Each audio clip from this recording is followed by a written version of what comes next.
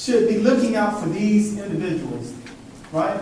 Because what we want to do is, if they're invested in their community and they need help in trying to change things around and help us to achieve the goals that we need to achieve, then it's important that we take the time to listen to them and to provide them with some of the supports that we have so that we can all work together. And so without further ado, I want to introduce you to a gentleman. He's going to take a few minutes to share his story and to talk about his vision for his community. And then we're going to segue from the things that he's saying to talk about what we're doing here on the ground already and how you can get involved. So, Ricky, if you would just come up.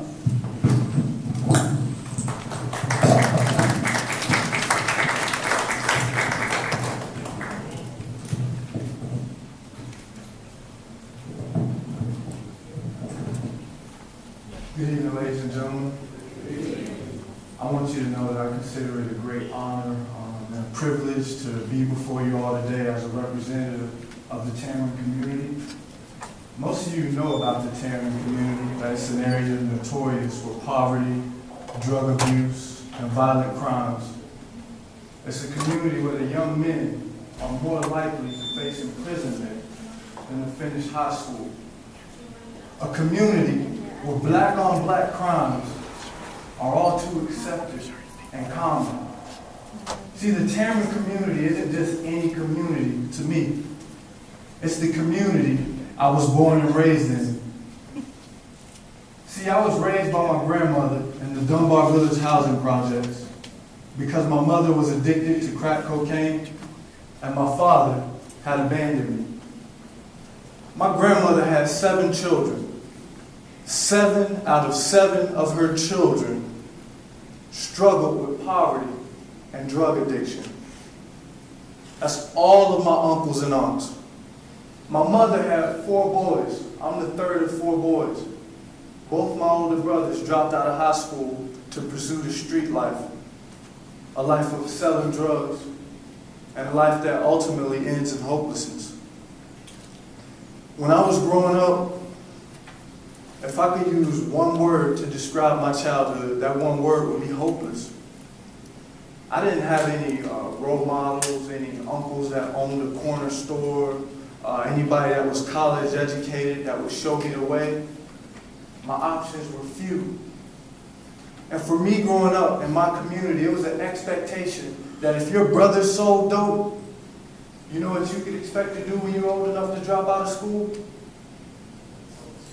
Sell dope. And these are generational patterns and generational curses which still plague our communities today. And it's statistics, as you've been learning here, that challenged me and a cousin of mine who's here, Terry Young, to lead lives that are different. Now, I've had ample opportunities to leave the hood. You know, when you're growing up in the inner city, that becomes your goal, to get out. You want to make it out. That's your #1 goal for every parent teaching their child that lives in the inner city, is to make it out.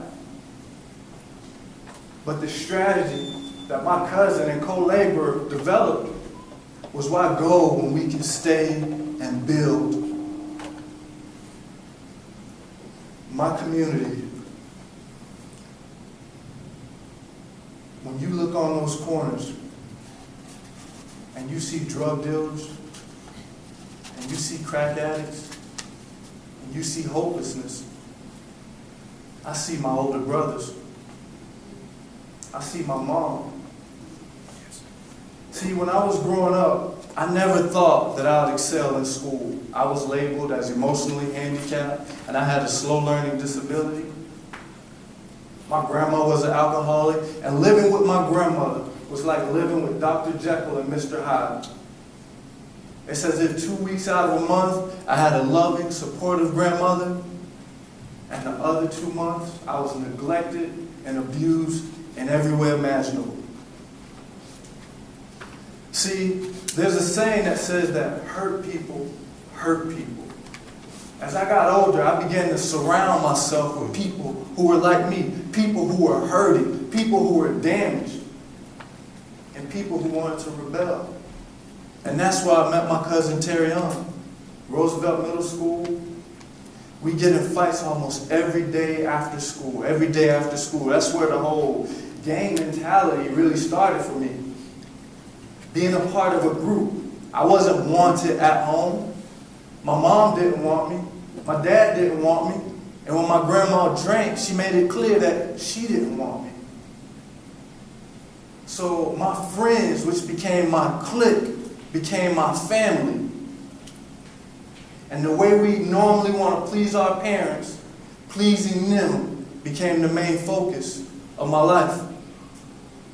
As I grew older, I continued to get in trouble in school. I never imagined that I had any future outside of the street life. My brother spent combined over 12 years in prison for gun and drug charges. So I thought that was my destiny. Once I turned 16, I was finally able to drop out of school, so I did. And I began to sell crack as my older brothers had done. Not only did I sell crack, but I sold crack to my own mother.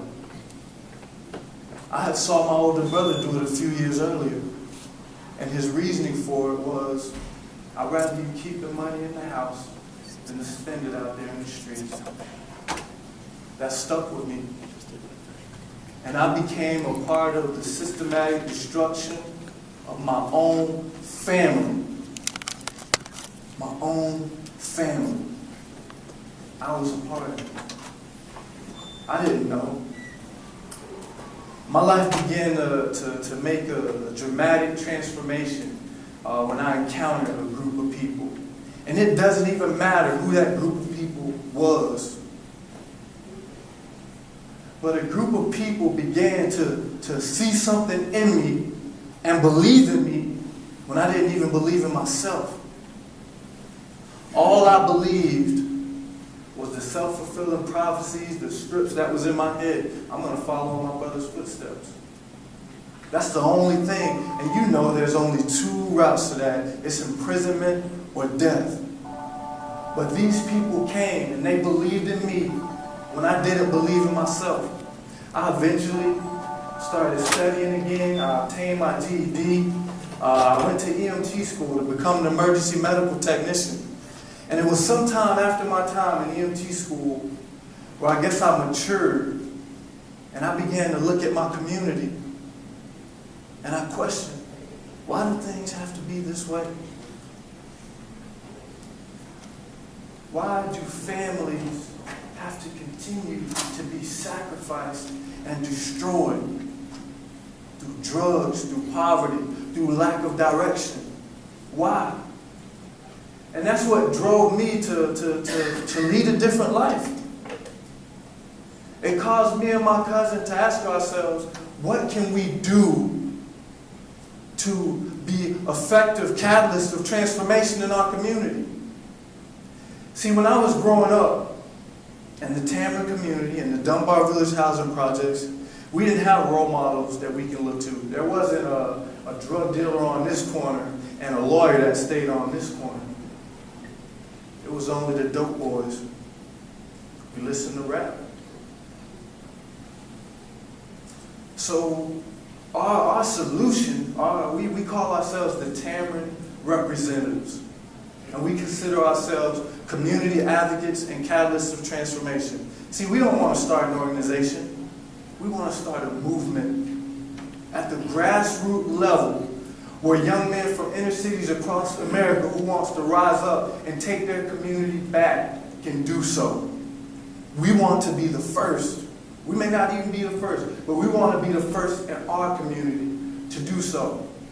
So our model is this. The reason we won't move out of the community is this. The same way those young men could look up and see a drug dealer on that corner, we want to be standing on the next corner saying you don't have to follow that path. You are better than that. And the same way we gave our lives for the betterment of our community, you can do the same. See, the problem with black males in general are concentrated to the inner cities. And if you can gain the heart of the inner city, all the statistics that you see will change for the better. So I want to leave you with this. If it takes a village to raise a child, I wonder what it takes to raise a village. Thank you.